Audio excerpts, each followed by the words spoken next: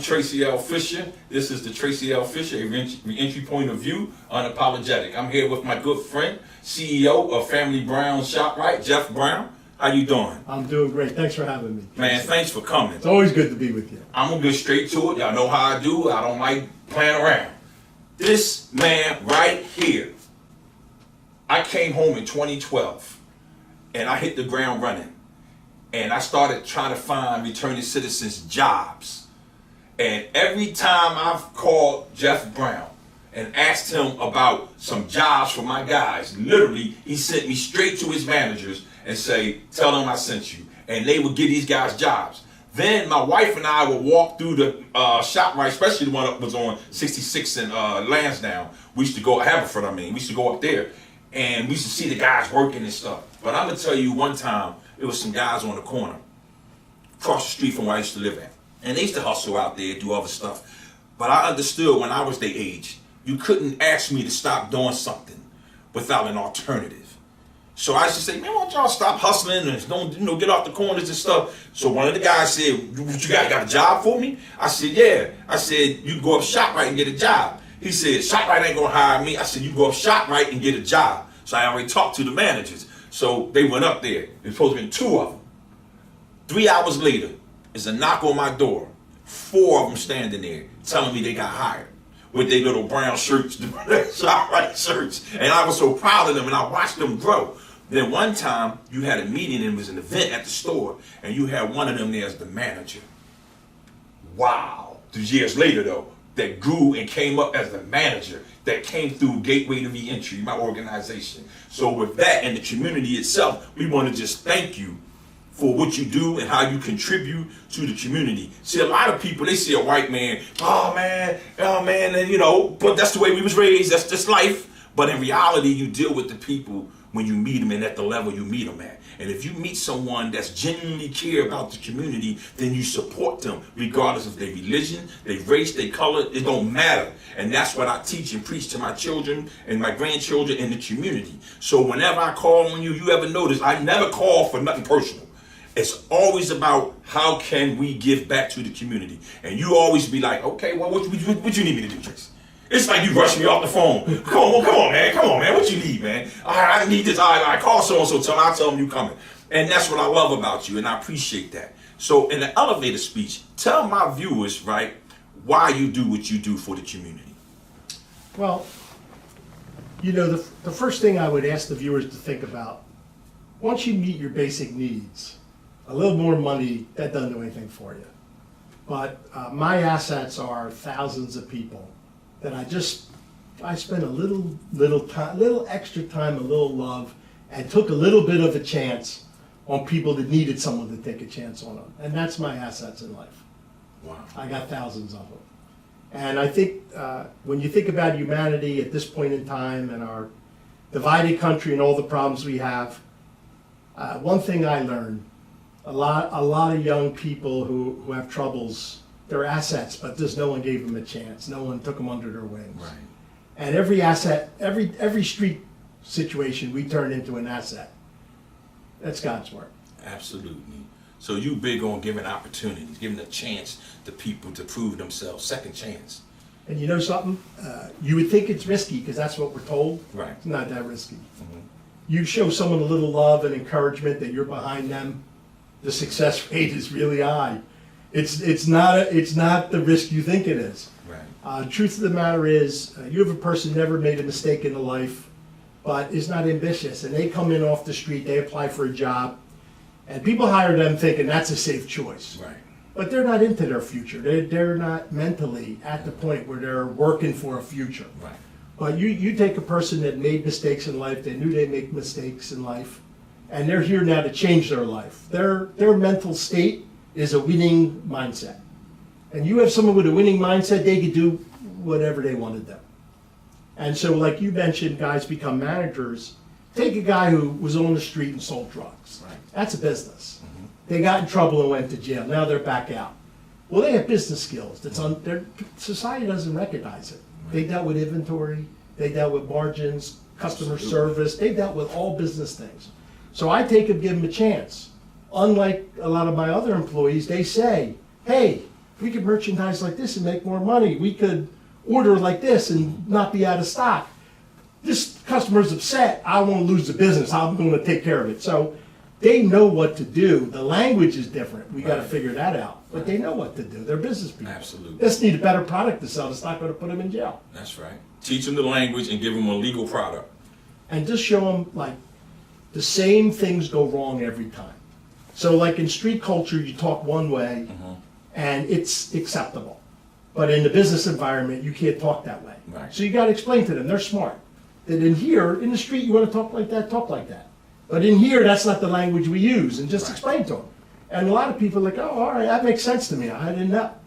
Or like if you're a man and you're talking to a lady in a business environment, there's a certain way to talk to a lady. Right. You can't do it like you talk on the street. Absolutely. And the same thing with their attire, with showing up for work on time, pulling their pants up. Once they understand these are all business ideas for them to make more money and do well, they understand it's not a big deal. Absolutely. How does it make you feel when you walk into your place of business or driving down the street? Because I see this a lot too, and you see your uniform. People you might not even know. They don't even know you other than they see your cutout cardboard of you in the store. But you say, wow, that's one of the people that works for me. How does that make you feel, that type of level of Proud. I'm proud because a lot of those people, they could be out on the street doing things, get themselves in trouble, they could get themselves shot, they get themselves landed in jail. And we just gave them a chance and a little direction, a little encouragement. Right. And they don't need all that. And they're in their uniform, doing their business, making their living. And what they learned at our place, it's interesting. But they always had problem with their girlfriend, but they learned in our place how to resolve a conflict. Okay. You don't need to feel disrespected because nobody meant to disrespect you. Right. But there's a proper way that you address when someone is saying something inappropriate. Right. And it doesn't need to be a fight. Doesn't need to result in fighting or gun violence or any of that. If you know how to handle it. Doesn't need to end in you and your girlfriend getting in a fight or your wife or your kids. Right. And so they take the skills they learn at our place, it changes their whole life, and they're not complicated. Right. These are not complicated things. You go all those years in school, it surprises me as a society we don't teach these things, because they're not complicated, but they're more useful than most other things you learn. That's good. Now, you say you have like 10 stores, correct? I have 12 stores, 10 Shoprites, and 2 fresh grocers. Right. Are you looking to open any more in the near future? Right now, no, because the economic times are a little scary. Right. And what we've been trying to do is we've been trying to go around and go to every store and make it what my standard is. So we just are about to finish remodeling our store in Ben Salem. That was one of the older stores. And the next store on deck is Oregon, 24th and Oregon. Right. We'll have an extensive remodel there. And we also have a lot of new ideas. And so in some of our stores, like I don't know if you knew this, but we started with some colleagues and we started something called the PA 30-Day Fund. I was worried about small businesses going out of business because of the COVID shutdown. And so we raised quite a bit of money to help those small businesses, and especially minority and women-owned businesses in Philadelphia. And so they fill out a simple application, they give us a video, and then all the minority businesses, I call them in Philadelphia. Because I just don't want to tell them I'm going to give them money. I am going to do that to help save their business, but I also want them to know I'm here for them. Right. I want them to stay in business. I want them to grow. And I give them my cell phone and I tell them, is there other obstacles or problems you have that I can help you with? Why you got me on the phone and you have my cell phone. And they would talk to me. And what I discovered is some of these minority businesses really are really smart people that have so much potential beyond what they're doing. Right. And so what we started to do is make deals with them to bring them in my business. So we're about to open up a beautiful, young, really, really enthusiastic, very, very intelligent restaurateur. Runs a business called The Better Box. It's a fusion between soul food and Asian. So she makes like a twisted egg roll. Right. And I thought that was just such a clever idea. She has 2 restaurants now. She's about to open up her 3rd restaurant in our Island Avenue store, right around the corner from here.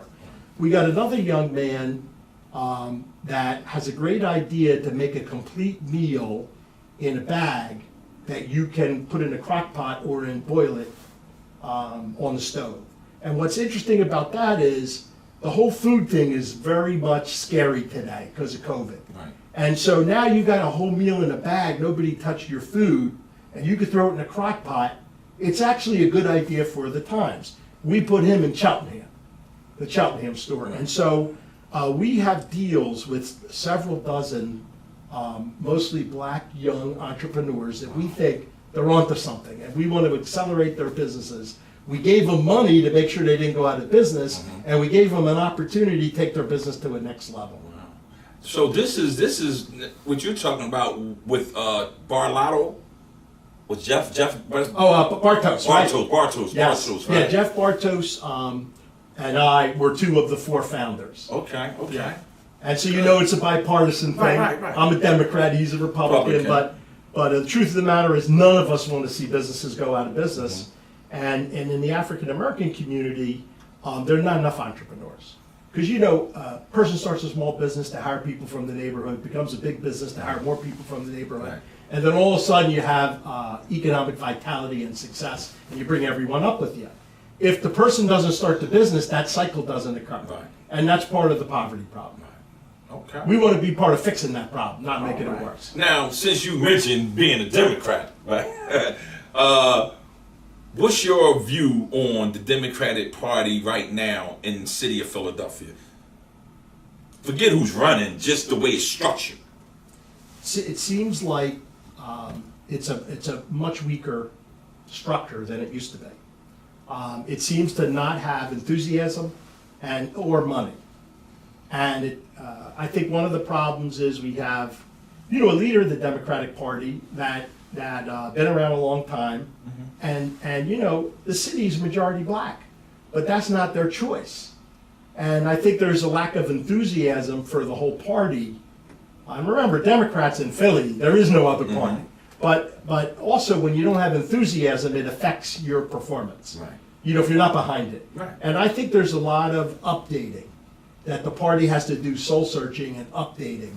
And there's also a lot of different ideas today, leaning a little more socialistic, and those more of old school Democrats.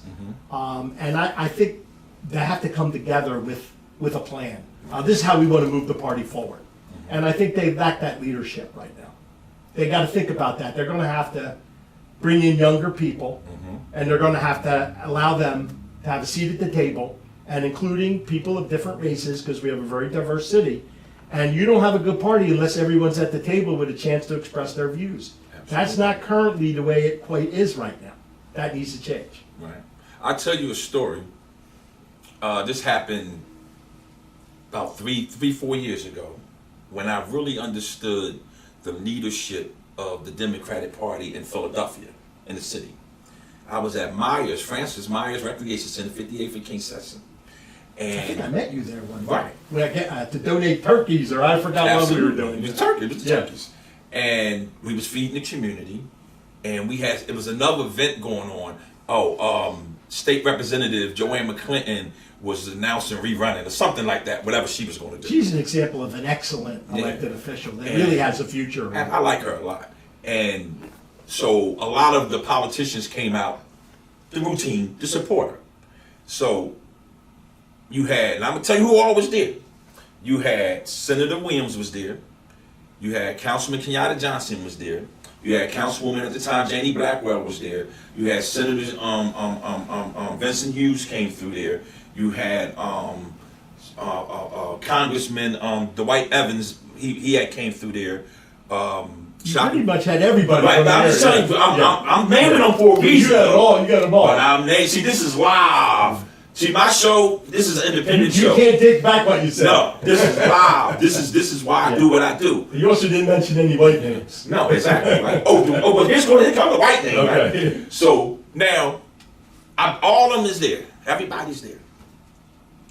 And the first time I met him was Congressman Bob Brady. He come in. He found a flyer pamphlet with 10 steps to reentry on it. He was interested in it. Oh, He didn't know that was me. He didn't know That was mine. And at the time, my chief of staff, Dr. Carl Simmons, was talking to him and said, oh, well, this is the guy you're talking about. This is Tracey L Fisher right here. So we was introduced. Now, this is how I knew, just from this incident, who ran the Democratic Party in the black neighborhood. Him and I started walking and talking, and we came to a sudden abrupt stop. And everybody bumped into each other like the Three Stooges. And I turned around and looked. And they all just looked at me. And I looked at Bob Brady. And he gave them a look, and they all just backed up. And I said to Bob Brady, he'll tell you this. That's why I'm saying it live. Oh, you run this. He just smiled. True story. Well, true story. I appreciate the story, and now you know what I'm talking Yeah, about. Yeah, that's why I knew what you was going. Yeah. True story. I couldn't believe it. That's why I named who all was there. Yeah. Because I don't have a problem with them, but I speak about the elephant in the room. The reality is our community is the way it is because of the lack of leadership. Period. You have people running for office and they winning and they not even qualified to do the job. That's why you have some of them being indicted. Some of them have been indicted. You know, some of them will be indicted. This is what you have going on in the community. But yet, we fall victim to the same speech every 2 to 4 years. Every 2 to 4 years. And like you just said, it has to be a change. And you have to bring some youth, put that youth and that blood in there that's going to go out and fight for us and run up and down the streets and push in the way that we need to be pushed and have a seat at the table and feel important and part of the decisions that's being made. Don't make a decision and then come tell the community this is what it is. And then we're supposed to accept that. Right. That's the problem. Especially when some of the power structures have not done right. Absolutely. And so you have a majority black city, but black people can't get fair treatment from the police. Ooh. Now we know that's a union situation, and they might be big givers, and they're part of the Democratic Party. But guess what? That's got to change. Absolutely. Everyone's got to be treated fairly. Absolutely. And there's other examples like that, Right. where we have not made the progress we need to make in this city. And this is a city. Mhm. This is majority black. What's our reason? What's our excuse for not making progress? How about that? You got the votes. Yeah. Absolutely. This is hard for a Republican to come here They and win come in anything. here. Yeah, Republicans Win come in anything here, yeah. by winning this. Yeah. You might can get a few votes, but you're not going to get the majority No. where you're going to be victorious. No. So I understand that part. So let me ask you this. During the riot part, right? Because I came to your event and when you was doing the reopening of the 52nd Prayer Park service. Center. The prayer service. The prayer service, doing the opening and reopening. Although, and I spoke to you, and you understood it too, but I still apologize for the community too, Mr. Brown, for what happened to his store. But he understood. He said, well, I know it ain't the people that I help and support.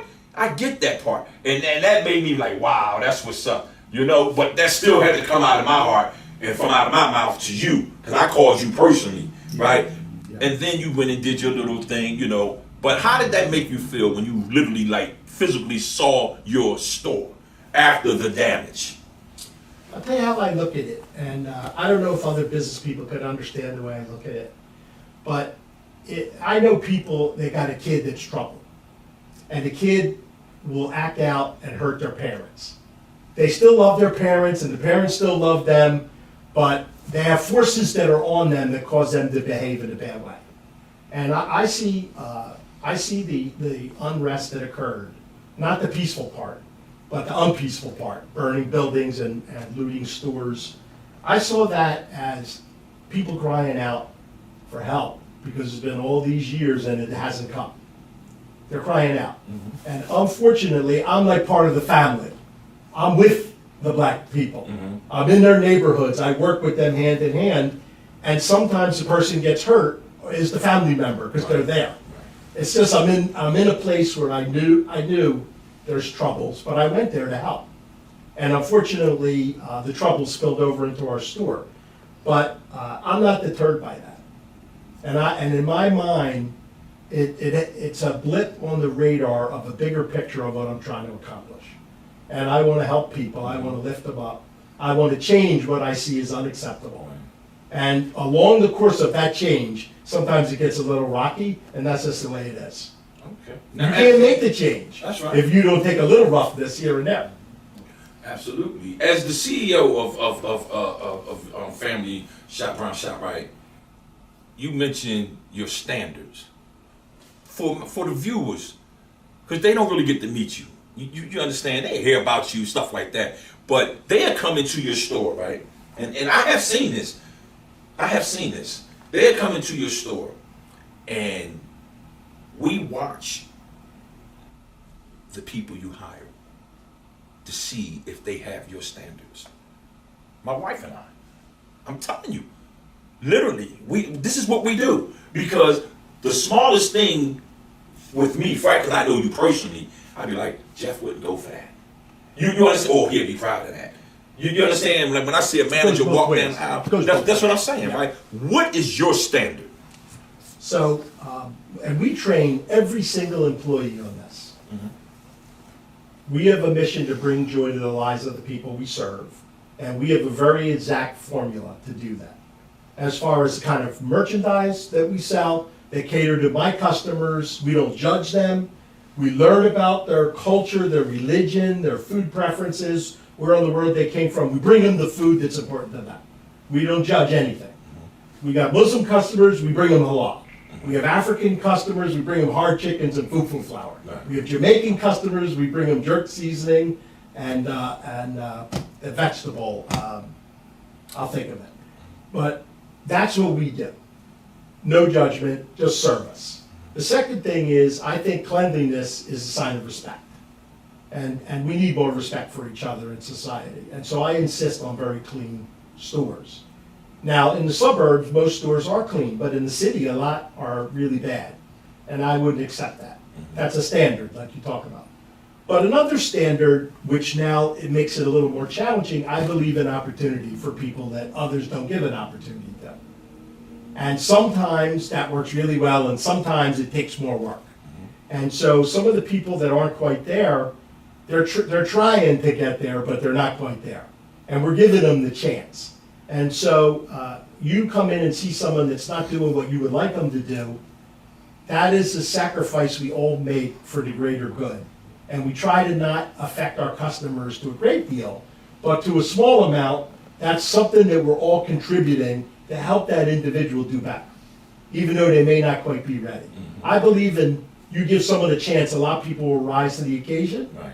and they will do what you want. They'll be the person on the ground to help realize my vision for the business, and some people struggle to do it, and we got to work with them. But I don't want to give up on them. I want to keep on working with them unless we determine that they're just not ready for this. Right. They had to take a step backwards. And so when I explain that to people, because they say to me, I don't get this in the suburbs. And I said, well, the place you go to in the suburbs, they don't give anybody a chance. Everyone's got to meet every standard. I'm giving people a chance that we need them to have a chance, because you're going to meet them out in the street and something bad's going to happen otherwise. This is how we're going to improve this neighborhood.